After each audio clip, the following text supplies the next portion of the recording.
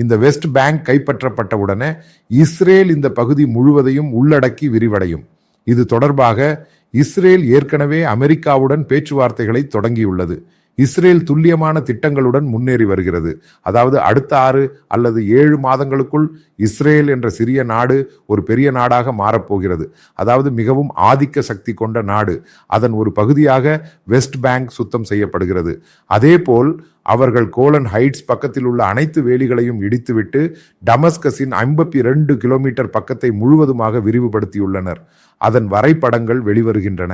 அதாவது நான் முன்பு சொன்னது சரியாக நடந்தது. இஸ்ரேல் என்ற நாடு வளர்ந்து வருகிறது. அதாவது அது இப்போதுள்ள இஸ்ரேலை விட 4 மடங்கு பெரியதாக இருக்கும். அது 4 அல்லது 5 மடங்கு பெரியதாக இருக்கும். இப்போது நமக்கு பொருத்தமான உள்கட்டமைப்பு தேவை. இஸ்ரேலிய அரசாங்கம் ஏற்கனவே அதை அறிவித்துள்ளது. இதற்கு தேவையான தொகையை இஸ்ரேலிய அரசாங்கம் ஏற்கனவே மதிப்பீடு செய்துள்ளது.